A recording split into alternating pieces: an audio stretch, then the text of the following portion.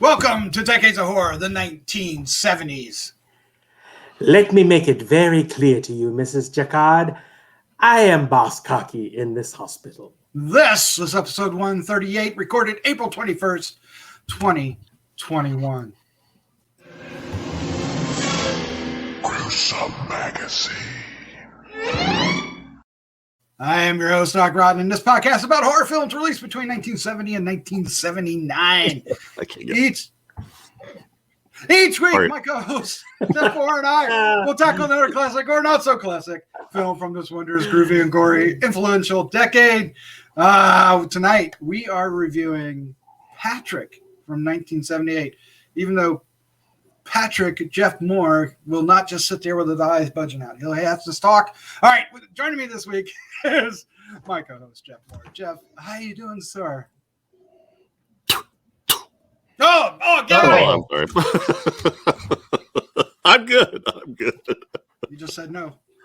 That's why I had a spit filter here. So. A spit filter. Yeah, if you've seen Patrick, you don't know what it is. If you haven't, Bill's cat is not impressed. Yeah, you're thinking we're complete idiots, but hey, just bear with us, and you'll find out for certain that we are. All right, joining us tonight is Bill Mulligan, writer. Speaking of complete idiots, it's Bill Mulligan. All around nice guy with a cat. Hey, yeah. Oh, Jeff, we scared and Jeff his away. cat. Bye, Jeff. What? Get back, Jeff. Wow.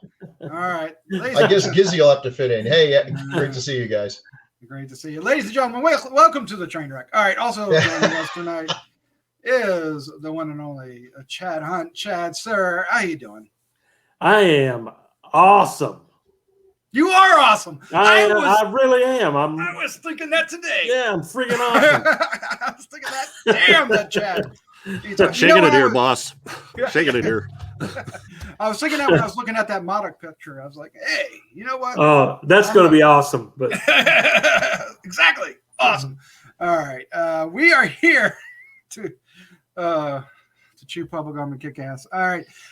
We are going to talk about which one of us is out of gum? Oh, 1978. It's an Australian film that is has influential in its own little small way, and the director actually went on to do some things you probably saw if you never saw this particular film.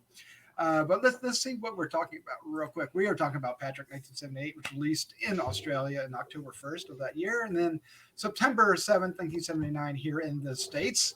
Directed by Richard Franklin, written by Everett de Roche. The cast includes Susan Penhaligon, Robert Penhaligon. Penhaligon, Robert Helpmann. Thank you. Mulligan, that's me. Rod Mullinar, Bruce Berry, Julia Blake, Helen Hemingway, Maria Mercedes, and Walter Pym. Tagline: some people thought he was crazy. He appeared to be deaf, dumb, and blind. None of them knew of the sixth sense, the power of Patrick's mind. Does that rhyme? It does rhyme. It does rhyme. Synopsis: a comatose hospital patient harasses and kills through his powers of telekinesis to claim his private nurse as his own. He has a crush, ladies and gentlemen. A crush. For good and a good reason. Yes. Even for good reason. All right. Well, what we're going to do is we're going to talk about the film. We're going to give our, when did we first see it? What do we think of it? And then we're going to talk about the film for a little bit. We're just going to go all in. So spoilers, everything. And then we'll wrap things up. And I think, Jeff, we have some feedback at the end of the show. We do. From a couple of regulars. Excellent. Arguing with each other. Arguing with each other. That's even better. That's what we like. Yeah. All right. Let's see. Boss Cocky, you chose this one, right? Yeah, I did. All right. Well, why don't you tell us, when did you first see this?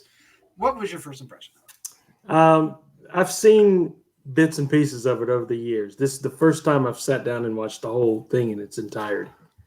And I like this movie. Usually I'm not a big fan of the telekinesis horror types things. Besides Carrie, I love Carrie. A lot of those I'm not really into that type of horror, but this is a really good movie, I think anyway. And a lot of the scenes with Patrick that are we? We're spoiling this, right? Sure. Oh Okay. yeah. Oh yeah. Okay. So yeah, there's a couple of really weird, scary type scenes in it that I've never seen. I've never seen just watching bits and pieces of it over the years. So watching the whole thing in a cohesive way, really, I really enjoyed it. I really did. And there's the one scene where he turns his head and looks at the one nurse Yes. who's like cowering in the corner. Oh my, that was just a creepy scene. And the girl at our main girl at the beginning of it, what was her name again? Kathie was her name. Just did a phenomenal job, I thought. She was really good in this. A lot of characters in there that you just love to hate, like the matron and the doctor, the head doctor at the hospital. Just some really nasty characters and that I really enjoyed watching. And the only thing I did not like about it is I thought it just went on a little too long. The runtime was a little too long. It could have been a little bit of a tighter movie with maybe an hour 30, an hour 40, something like that. It could have been a much tighter film, and that could have went toward building the tension a little bit more. But overall, I really enjoyed this film. It was shot well. There's some things in there that I never saw the first on the doing it piecemeal, watching it piecemeal like I have.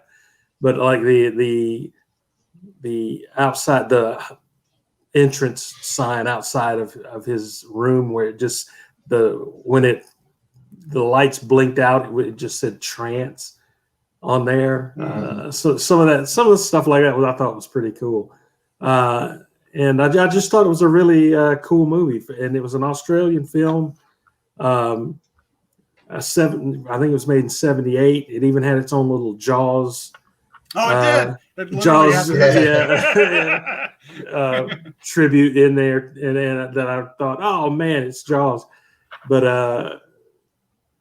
of all movies to find a Jaws reference in, this one. But I really enjoyed it, and I'm glad I got to watch the whole thing through again. The whole thing through. All right, Bill Mulligan, you're up next. When did you first see Patrick, and what was your impression of it? I saw this, I feel like way back in the day on HBO or something, one of the pay cable channels. Yes. But I got it confused. I think I really do believe, Chad, I also saw it in bits and pieces. Never saw the whole thing, and I thought I had seen the whole thing, and I realize now what I was thinking of was a movie similar to this called The Medusa Touch. Oh yeah. Another psychic in a coma causing all kinds of mayhem. It's not, as I recall, it's not a very great movie, but I enjoyed this. I enjoyed this a lot. It's an Australian movie. It doesn't really feel like an Australian movie. I mean, there's nothing. This could just as easily been set almost anywhere, I guess. You didn't get the Australian scenery or anything, and the accents. I guess it was dubbed or something because people were easy to understand, which is not always the case. But it's got that bright lighting that the Australian films often have, and just a weird quirkiness, unattractive sex scenes, which I think is something which I guess that's one thing I do like about Australian films is the people in there, except for maybe the leads, are seldom described as like pretty boys. Where Bruce Spence could be a star in Australia, looking the way he did, the gyro captain from Mad Max. They just have this, so it's kind of bold to open up a movie with a sex scene between two people I never want to see unclothed, and that's right. Go from there. But it's enjoyable, and I do agree with Chad that it's a bit long, and apparently they cut a half an hour out. I can't imagine what that must have been. That would just slow the movie down to a snail's pace. So I think I could have tightened it up a little bit further. unless there were some secondary stories that we lost. But I did enjoy it. I like the leads. I like the matron and the doctor are great characters that you sort of, like you say, love to hate. And Patrick isn't. I mean, he's an interesting monster. He's essentially absolutely immobile for the whole thing. Never blinks. He's got a scary look. For what is obviously a very low budget movie, I thought they pulled off a pretty good job of making him into a legit threat. So yeah, it's pretty good. Pretty good. Yeah, anybody who looks like Garrett Graham will be scary.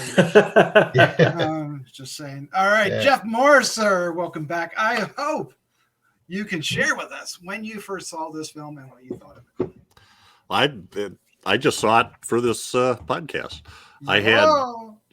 I saw the remake far sooner. Pretty close to when it came out, and I knew it was a remake of something.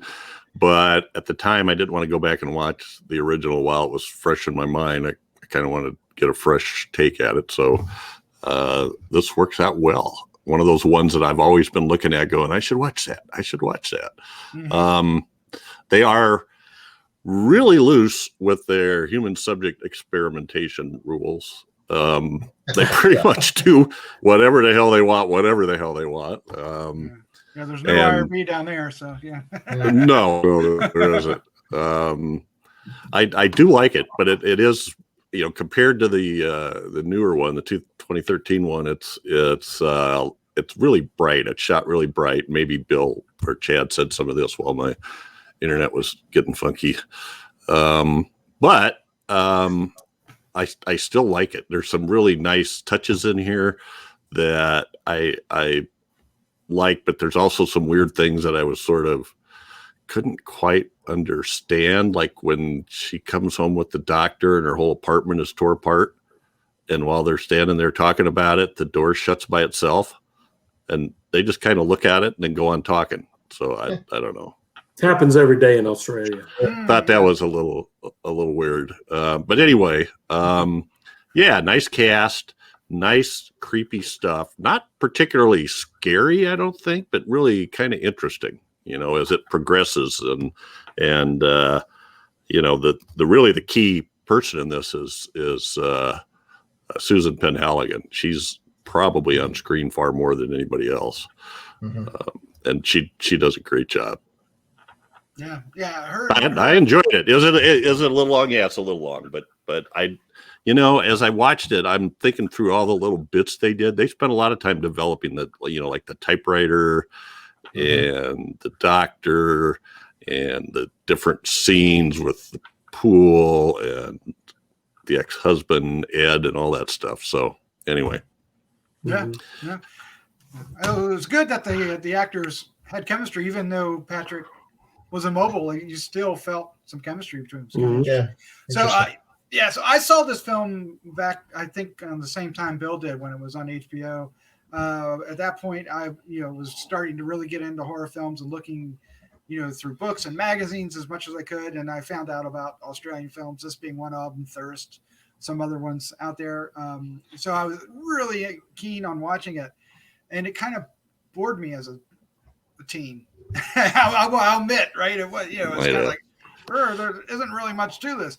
But it always stuck with me because it does have a couple of fairly interesting late game scenes, that where stuff starts really happening and shit's flying around the room and people are flying through the door and stuff. So back in the day, that was actually kind of awesome. They did it's actually pretty good. Seeing it now, years later, being a more mature person, believe it or not, I really enjoyed it, and it's actually quite a mature and interesting horror film. It really gets into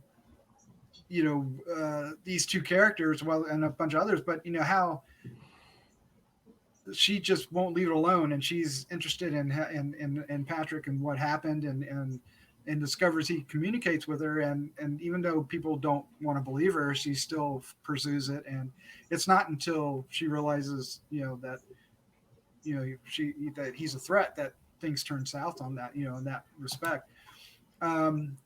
And she has. It's interesting because she has like her husband, and she's kind of flirty with him. She has this boyfriend guy, and she's flirty with him, and then she even grabs Patrick by the wing wang and a couple times, and it's Can you feel it now?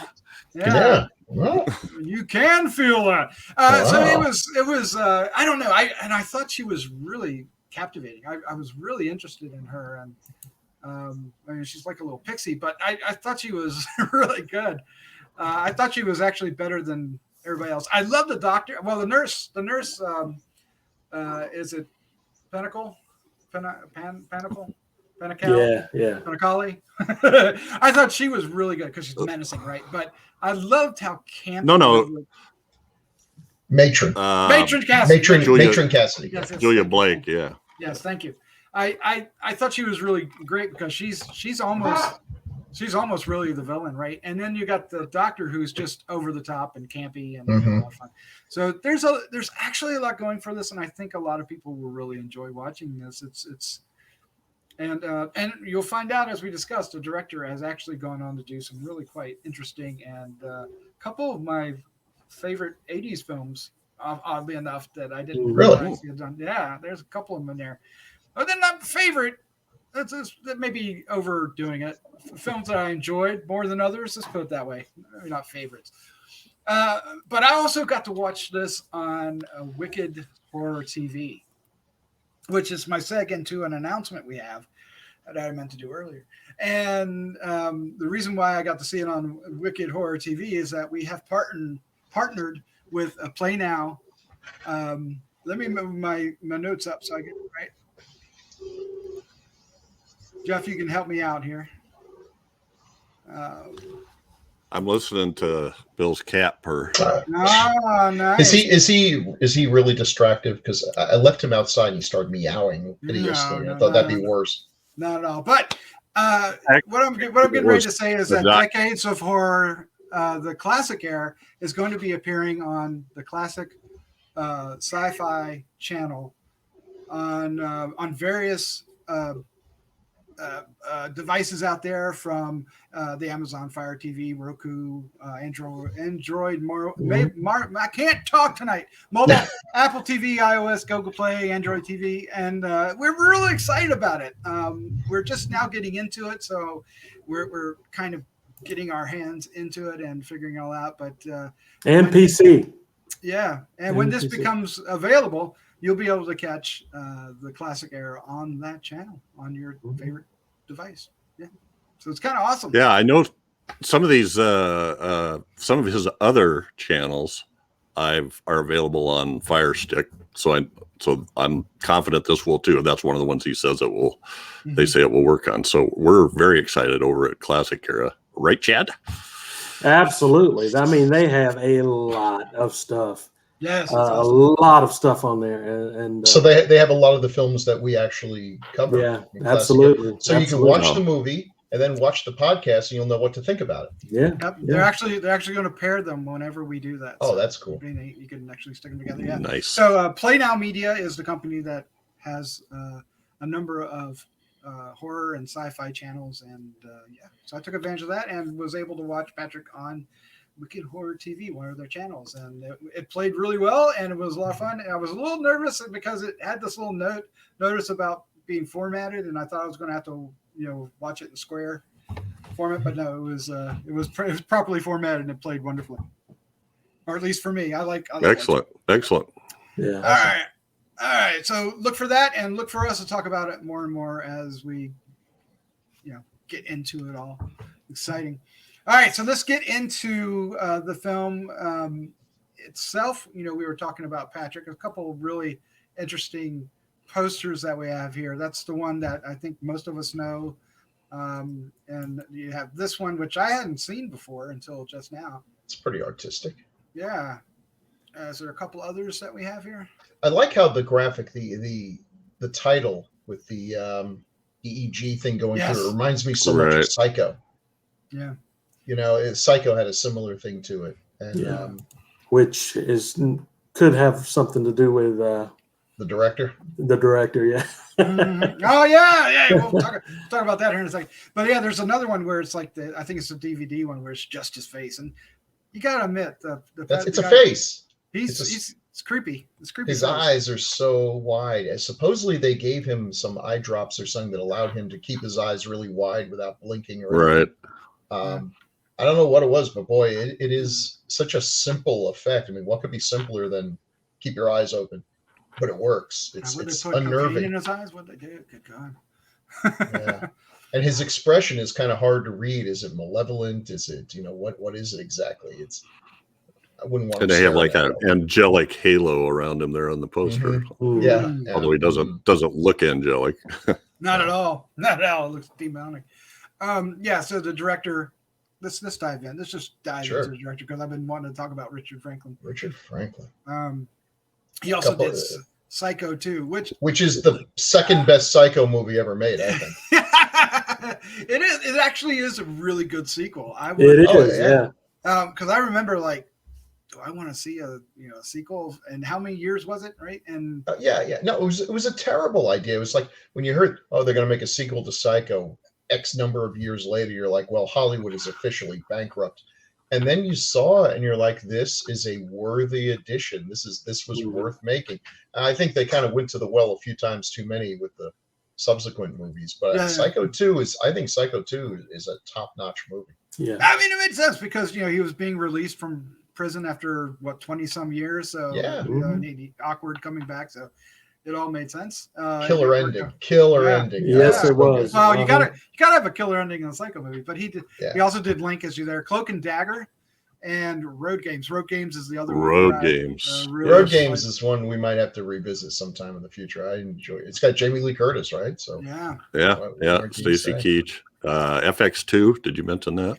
I did. It's not in here, but FX2 is another one. Now that one I remember liking FX, but I don't remember liking FX2. Right. And he's done a lot of TV and stuff. I think I really kind of wish he'd done more because he is very much a student of Hitchcock, and you see that in bits and pieces in this film here, where I think at the very beginning when we have that unattractive sex scene, there's a bit of trickery that it doesn't work, but I like where he was going, where we're seeing, I guess, the polished bedpost banging against the wall in a split screen with Patrick on the other side. And everything about that shot is perfect, except for the fact that the people having sex on the bed are doing nothing that would cause the bed to actually move. Right. They're not even wiggling around at that moment. No. So, but it was. I mean, you got to give credit for the try, and you see that in this movie. There's a lot of nice composition and some well thought out shots, which you had better do when most of the movie takes place in a single set, a room with two characters, one of which does not move an atom. Yeah, you'd better have some good editing and composition to keep that from getting dull. And for the most part, I think he does a good job with that. I think so. So I guess we should move on to we have the writer too, right? So we have some. Yeah, because he did a couple that I like. Well, one that I like and one I don't know what to say about it. Everett de Roche. Yeah, I don't know if you've ever seen Harlequin. Please send me a letter on what they were thinking. I've seen it. What a strange movie. I have no idea what that movie's about to this day. Yeah, Razorback's about a giant pig. I mean, that's easy. Yeah. And it's probably one of my favorite giant pig movies. Not that I necessarily collect them, but Razorback's really, really well done. They actually didn't have a very good giant pig animatronic, but they did the best with what they could. Yeah. And they, so they did a little bit of imagination and editing, and I think it's a great movie. Now that's an Australian movie. You watch Razorback, and it's like there's no doubt where that was shot. And by the way, I never want to go to Australia. After watching, that's like Deliverance for the South.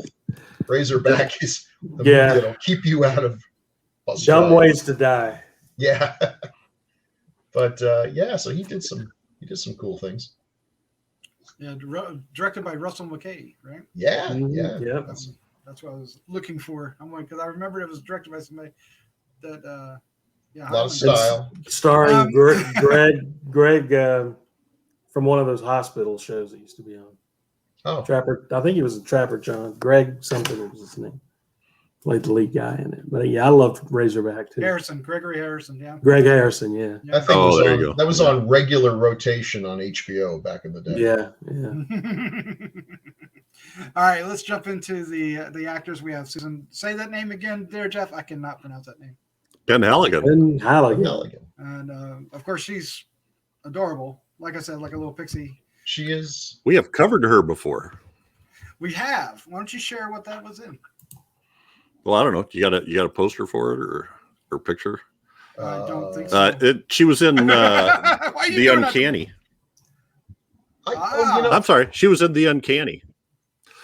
The first segment, 1912 London. She was the nurse. She was the evil. Yeah. Yeah. She was trapped in the one room, with the wounded. Anyway, yeah. And she's been in some other movies. That Time Forgot, which one of my favorites. Which is directed by Kevin Connor, who also directed Motel Hell. Really? And From Beyond the Grave, which is the last Amicus one we did. Right. Yeah. Let's not forget three degrees of Rory Calhoun. The Land.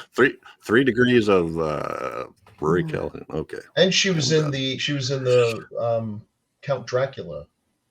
Yes, I want to see that. Day. You know what? That's on YouTube. It's like a 2.5 hour thing, and Louis Jourdan plays Dracula, and she plays Lucy. Nice. So that's the Louis Jourdan one? Oh, I remember watching it. Yeah. She's also in Pete Walker movie. Which one? Well, they call it in IMDb. They call it The Confessional, but it's House of Mortal Sin. Oh yeah, House. Okay, yeah. Yeah, he didn't like Catholics much. All right, let's talk about Julia Blake, who is she chews the scenery up in a great way, very subtle way. She's subtle chewing of scenery sounds like a contradiction, but no, I get it. I get what you're saying. She commands the scene when she's there. Yeah. Very intense, and I think they said that she was one of those actresses who kind of lives the role. Like when she was on the set, she was basically doing this character, which must have been real fun to be around, but it worked. She's you want to dislike her because she's the boss from hell, but she's so good at it, and all. She's just so much fun to watch. She's about the only one that really gets a terrible comeuppance, though, right? Mm-hmm. That we see. Because the mother, his mother does, and the boyfriend. Oh, okay. And then she does, and then there's a whole bunch of references to others, and I would imagine that those references are the 20 minutes or 30 minutes that we're missing. I thought we were building up to a big special effects sequence where the doctor dies in a horrible way, maybe has a giant frog pith his brain or something, and no, he pretty much walks away. There's a lot more killing in the remake. Yeah. So here's an interesting thing, Chad. I don't know if you realize, but I did. You know where I'm going? X-Men Origins Wolverine. Yeah, she played Heather Hudson in X-Men Origins Wolverine. She plays Alpha Flight. Heather Hudson. Heather Hudson. Yeah. Awesome. Aged version of it. Because it's 30 years later. But anyway, she also she does have like the one on-screen death that we see right down below. Nice spoiler image down there below, but it's worth it. That's the one special effect too, right? Or at least it's unless you count the guy. I mean, as special effects go, I like to see makeup effects that I couldn't do. I think I could have done that one. It looks like a lot of latex and tissue paper and some smudgy grease paint. Sometimes that's all you need, right? Yeah, you know what? Yeah. Her walking through the water towards the electrical thing. It's like how this is going to end. Mm-hmm. It's on, I like it later. I was like, why did she take off her shoes? We know why, but Like, why'd you take This, Jeff, you point out there's not a lot of killing. I mean, really, there's a lot of things that you think. It's like, oh, the guy's going in the elevator and there's a crazy psychic lunatic. Yeah. I know how this ends. It ends with you in like 2 or 3 pieces, but no. Yeah, the person that goes in the elevator on the remake, she dies. This may be the first horror movie where this may be the first horror movie where someone got into an elevator who's supposed to die and did not actually die. That might be true. We should talk about Robert Thompson. Who plays Patrick at the very bottom of the credits. That's terrible. It's because of his unibrow. He did have a unibrow. It was pretty awesome. It's based on number of lines, I think. Right, exactly. Well, number of blinks, he'd still be at the bottom. Well, he said yes and no a lot, right? Yeah, okay. Yeah. Does that count? Yeah, All right. But he was in Thirst, and he was also in Road Games. Yes. So, yes. And that's about it. He's in a couple he was in a lot of TV shows. He was, a lot I use, but this was his first film. So he was in Sons and Daughters, and it looks like Prisoner from the 70s. But I thought he was great. I think he was pretty good in here, right? Yeah, it's hard to say. How do you say someone's good or bad in a role where they don't move? But it's actually not that easy to do. And to keep that intense look and not move. How many movies have you seen where someone's supposed to be a wax statue or something, and they totally fail at it? They're moving more than I am. Right. So, right. but he's able to make it work and keep up that level of intensity. There's there's just something there. I mean, he looked menacing for a guy that was just helpless.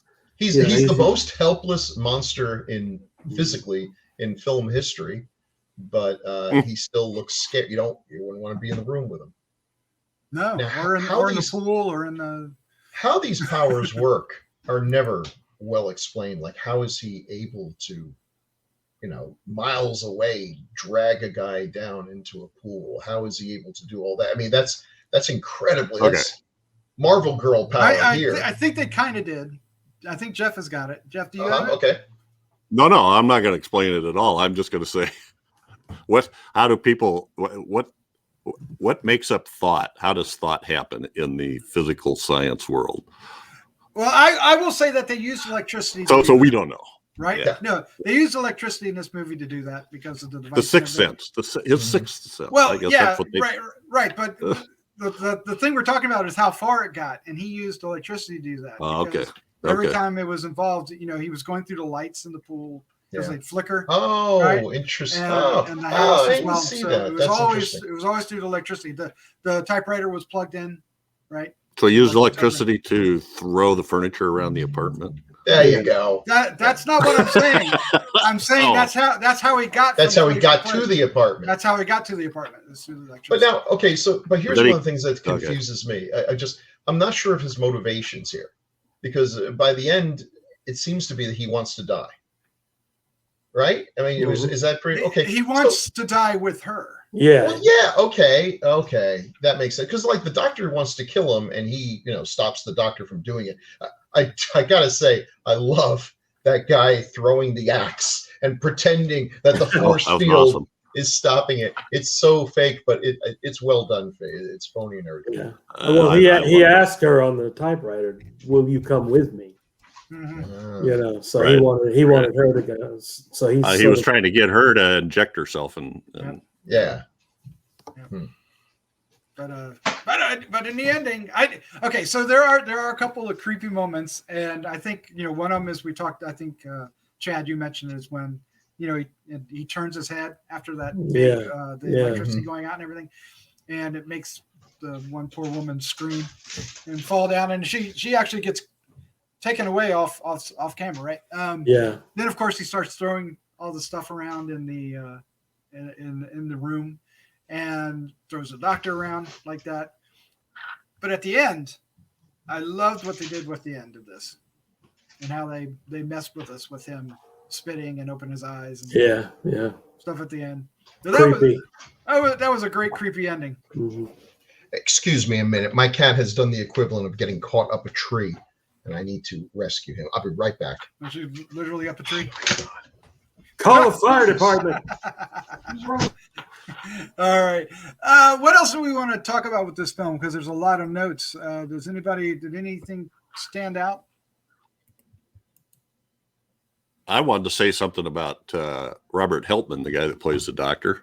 Dr. Oh, yes. Roget. Oh, please. Yeah. The doctor was awesome. Over the top. Tell me about it. Oh yeah. Well, he was awesome, but he was his original career was a dancer, and he was, in fact, director of the Australian Ballet at one time. Wow. Looking at his biography, I saw a quote of his that I just can't pass up. The trouble with nude dancing is that not everything stops when the music does. I'm sorry. Oh my God.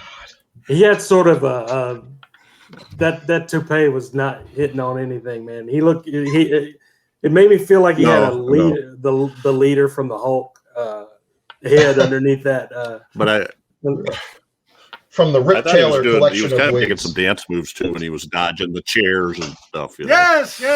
Oh, that was great when he dodged the chair. Yeah, he was a great dancer. He was like famous for it, and apparently he was kind of a cranky, cantankerous guy.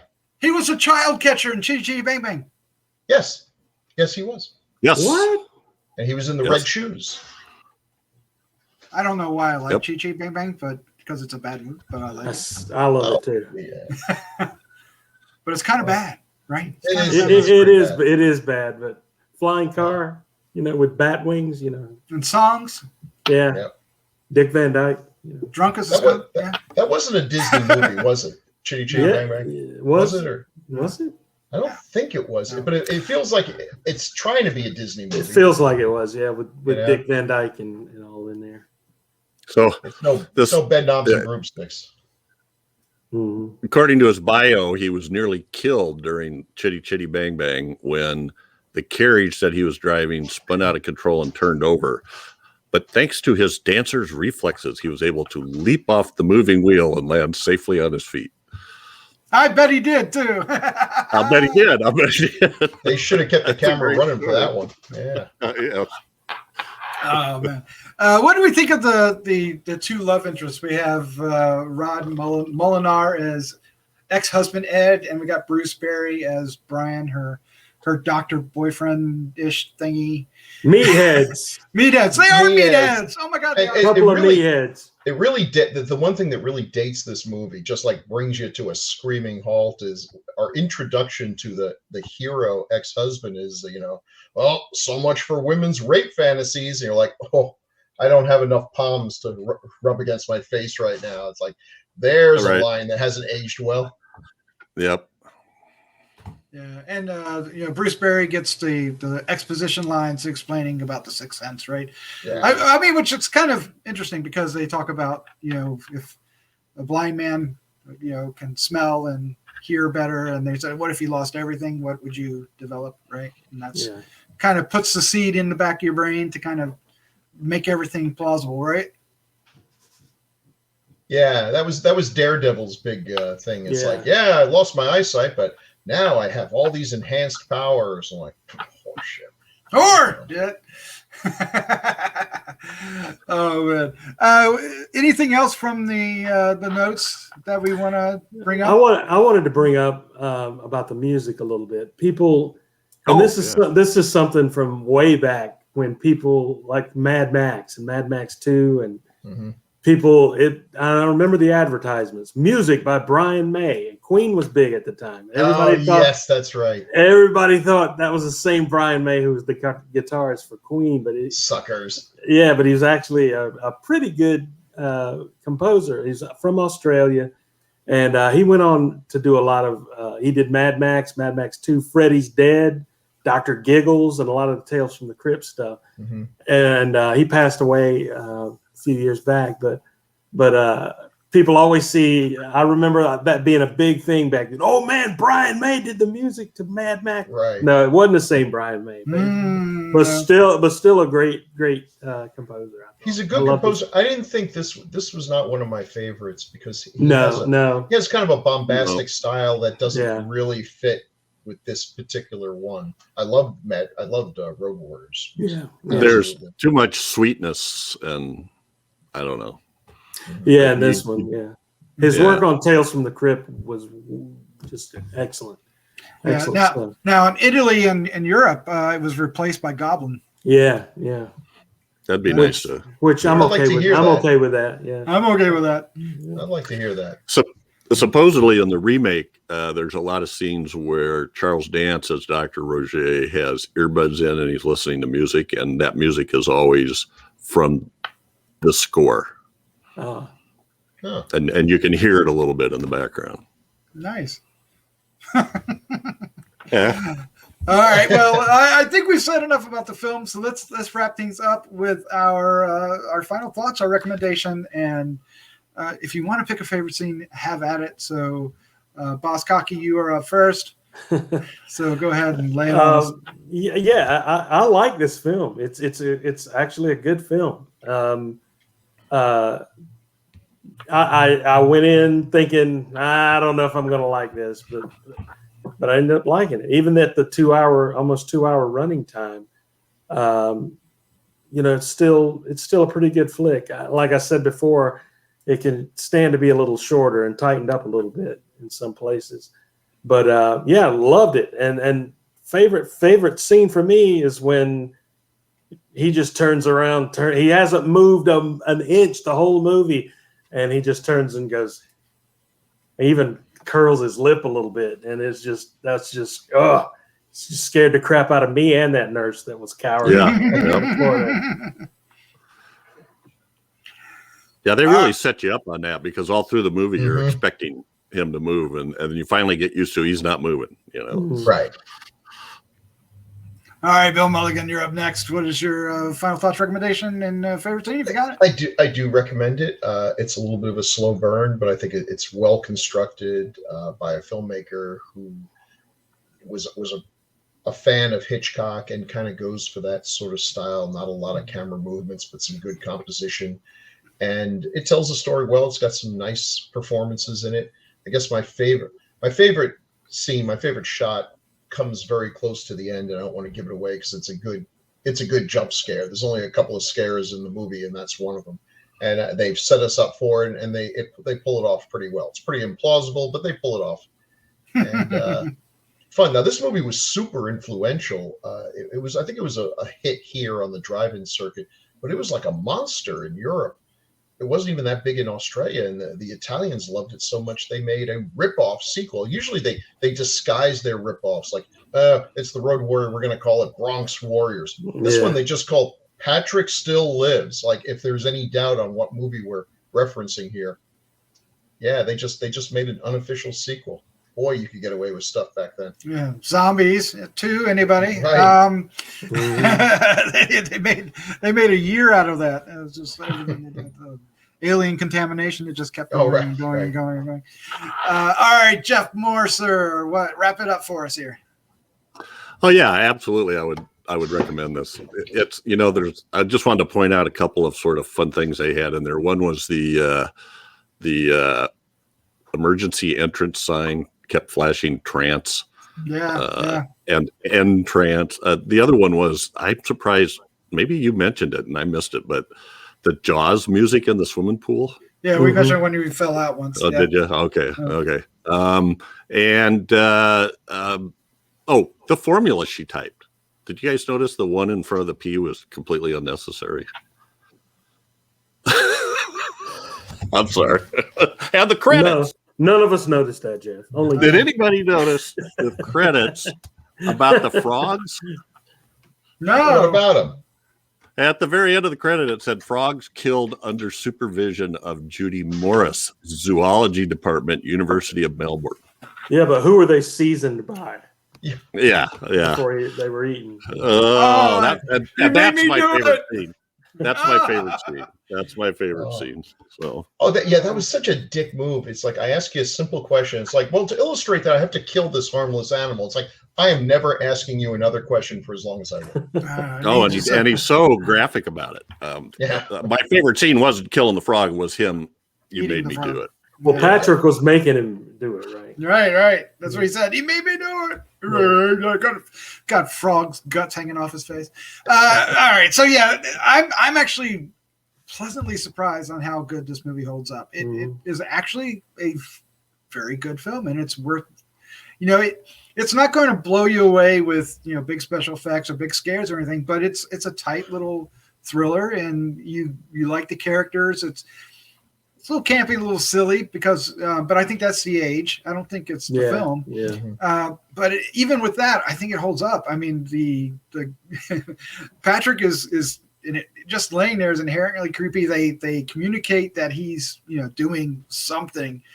You feel it. You believe he's manipulating shit, and even though it's preposterous, you believe it. So I if you can find this and it's out there, check it out and let us know down below what you think. I would love to hear that. I'd love to hear what you think of this and Oz films altogether. Ozploitation is what they call it, right? There's a well, it used to be on Prime. I don't think it's available to stream on Prime, but you can buy it or rent it on Prime now. But I think it was called Not Quite Hollywood. Not Quite Hollywood, and it covers all the Ozploitation films and stuff like that. Really, really good documentary on that. If anybody's interested in watching that. Yes. We might have to cover some more of those films. They're a lot of fun. Yeah. Mad Max is going to be just out of our reach, isn't it? All right. Okay. So there you go. Check it out. Let us know what you think and all that goodness. I think we have some feedback, Jeff Mohr, sir. Ooh. Yes, we do. And this is for episode 135, Damien Omen 2. There's a colon in there too. But anyway, Ralph Miller, who's a good friend of the podcast and has guested on a couple of classic eras and a couple of 80s. Right? Nice. Mm-hmm. Special effects artist. He says, slightly off topic, but when I saw Omen 3 in the theater and Sam Neill as Damien Thorne cries out in reference to the second coming of Christ, "Where are you, Nazarene?" A baby cried in the audience. Yikes. But it turns out the baby was not the one Damien was looking for. as well as should have. Got to say, it did kind of ruin the tension for me. And then Nick Gadman, who also has been on a classic here and writes it a lot, asked Ralph, "Oh, wow, you saw it in the theater?" And Ralph says, "Yes, I saw it in the theater. It was a feature film, I am in no way related to the baby or its mother, and the baby was apparently not the second coming of Christ." Does that answer your question? And then he goes on to talk about how he read a review with a producer or writer who was working on the Omen franchise, and that early on the idea was to make 5 films. And the last one was to depict the apocalypse and the rapture as described in the book of Revelations. But obviously that didn't happen. But we do have this as the end as a consolation for the disappointment, which delivers on some of the visuals we missed out on. This is the end. The comedy? Yeah. Okay. All right. Nice. That's Ralph. Thanks, Ralph. Great hearing from you. And then Nick from across the pond says, "Great episode, guys. So much so you managed to do nothing to assuage me either way on this movie. And I left the podcast as wildly confused as ever. Let me explain." That's our goal. Perfect. The Alma Trilogy was a staple of ITV in the UK in the early 80s. And to that effect, it was a horror rite of passage. They would show each movie every Saturday night on consecutive weekends every 6 months or so. Therefore, it was a horror gateway to kids at an early age. The Omen is clearly a hands-down classic movie that stands head and shoulders from the rest. And it's easily argued that the sequels suffer greatly from diminishing returns. Objectively, I have to say that I remember everything about the first film because it's Donner at his peak. I remember some of the second movie here and there, but practically nothing about the third, except Sam Neill is great. And the Beast Hydra is an oil rig or something,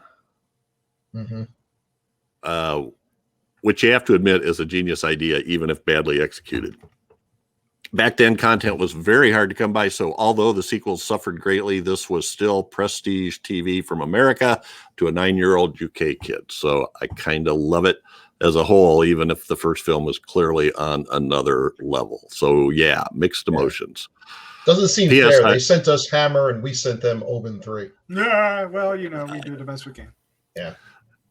P.S. I revisited The Omen about a year ago and loved it, yet had absolutely no desire to revisit the sequels whatsoever. So maybe I'm just undermining my credibility at this point, but it was still great to hear support for this entry, even if it's just steeped in nostalgia. Thank you so much. There's a lot of nostalgia with it. Yep. Thank you, Nick. Thank you. Thanks, Nick. Thanks, Nick. Yeah. As far as the third one with Sam Neill, remembering Sam Neill, I forgot about the Beast Hydra thing, but I remember the guy doing the elaborate thing he did with the gun at his desk. Do you remember that? Where when they open the door, it causes it to fire off and blow his head out onto the wall behind him. It's been a while since I've seen that. It's been a while. I remember some guy hanging by a rope on fire or something. But yeah, it's not a movie that sticks in the memory the way I gotta say, I've never seen the fourth one. There's like a fourth one. Was there a fourth one? Yeah. It was like a girl was. Yeah. Was that a TV movie? Yeah, I think it was. Yeah. Oh, okay. And the remake, woof. And then there was a remake, yeah. Woof. Yeah. Woof. Woof. Could they? Well, didn't they do a TV show too about Damien Thorne? Yeah, I think so. I think they did, right? Yeah. How weird was that? All right. Just called Damien. Yeah. Yeah, I think so. Yeah, I don't know. Some of these things you hear, we're going to make it into a TV show. Now, occasionally they surprise you. Mm-hmm. The Dead Zone did pretty well for itself, lasted a few seasons. Teen Wolf, who would have thought? But a lot of times you're like, oh, there was barely enough here for a movie, and you're going to make a series. Yeah, The Exorcist was actually fairly good. The Exorcist was excellent. Yeah. Ooh, man. And of course, Westworld, right? Bates Hotel. Yeah. I mean, Bates Motel. Oh my God! I'm thinking of all the good ones, but then for every one of those, there's probably like 10 Whatever Happened to Rosemary's Baby TV movies or TV shows that you're just like, oh, this was a bad idea from the get-go. Logan's Run, Final Days. They all happened back in the day. You remember? But you watched them all, right? Oh yeah. What choice do we have? Yeah. We had no choice. There was 3 channels back then. We had no choice but to watch it. Every year they had a science fiction TV show. They put it on Friday night, and it died. It was like talk about a rite of passage. Fall in love with this year's Friday night sci-fi show that nobody watched. Because all the people who like sci-fi shows were going out doing something on a Friday night. Yeah, Bermuda Triangle or something like that. You remember that? Right, yeah. Man from Atlantis. Time Tunnel. I love Man from Atlantis. Oh man. Yeah. Did you ever try to swim like that? I certainly did. We all tried to swim drown. like that. I did. I drowned. Five lifeguards dived in to try to help me out. 5 of them. Yeah. He's having a seizure. I thought something was wrong with me. Yeah. Frank Robbins did the comic. I bet you like that too, right? Oh, what are you talking about, man? That's one of my favorite comics of all time. Oh my God, really? Yeah, I love Frank Robbins' art. It's a crazy flying legs. It's an acquired taste. I'll admit. Oh man, Invaders, right? Invaders, yeah, they're great. All right, enough about comic books. Nobody wants to hear about comic books except you and me. There, Boss Cocky. All right, guys, thank you so much for joining me, Bill, Jeff, Chad. You too, sir. Thanks for Kissing the cat. My pleasure. Yes, glad to be here. If you're still listening to us, thank you for hanging out. Hit the subscribe button down below or share with a friend. That's the easiest way to help us out. If you want to hit the like or dislike button, that helps too. We want to hear your thoughts. And we also, quickly before we head out, we want to thank our patrons over at Patreon. Without their support, we wouldn't be able to do Decades of Horror podcast or News Radio, Gruesome Magazine, Heroes and Droids. Come on, we're doing them every weekday. I'm still trying to figure out who that guy Jeff is with the apostrophes around. Who's Robert? Who's Robert? Yeah, it's Robert. Because the impression I get from the scare quotes is that his name is not actually Robert. I'm pretty sure the Jeff guy. That's his name. I don't know yet. Jeff, alias Jeffrey. Can't prove We it. have Prove anything yet. Well, there's a Jeff that likes everything in Gruesome magazine. I don't know what you guys are saying. H&R. All right, let's get out of here. Let's say goodnight. Well, next episode. Oh yeah, let's do that. Yeah. What is next episode? What do we do? What are we doing? I don't know, Demon Witch Kid or something. What was it? Demon Witch Child. Witch Child. Demon Witch Demon Witch Demon Child. Witch Kid. Damon Witch Kid. Damn it, Witch Kid. Sounds like one of those plastic Halloween Witch. costumes from the 70s. Yeah. Demon Witch Kid. Well, I found it as being the possessed, and then that went down a dirty road. Oh yeah, this thing's got a bunch of names that are like other movies, and For some reason, right after The Exorcist, there was a ton of movies called The Possessed. I don't Wonder know why. yeah, go figure. But this is from the director of the Blind Dead series. Yes, Tim's Blind Dead and all that. Yeah, I'm excited to see that. I wanted to see what else he has done. So that's my main draw. I want to see if he has talent. I've heard they're working on DVD or Blu-ray of the Blind Dead movies. Ooh. Ooh. Box set. I don't know if it's a box set. I just heard Blu-ray releases. Well, I'll tell you something. They just came out with an amazing, I can't afford it, but an amazing box set of Andy Mulligan movies. Now, if you don't know, if you know who Andy Mulligan movie, they are the worst movies ever made. They look like just trash. But I looked at the trailer for this thing, and these movies suddenly looked like they were made by somebody with talent. They look gorgeous. They look gorgeous compared to what I've seen of his stuff, but they look gorgeous just on their own. And it makes me wonder, and I hate to even think this, do I have to start watching a bunch of Andy Mulligan movies to find out if I've been wrong all this time? Well, So, this is a lot better in Blu-ray too. Neither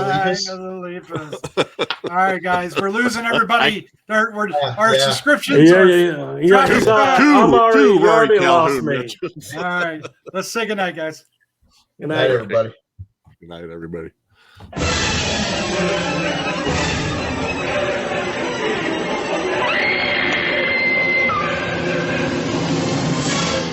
Gruesome Magazine.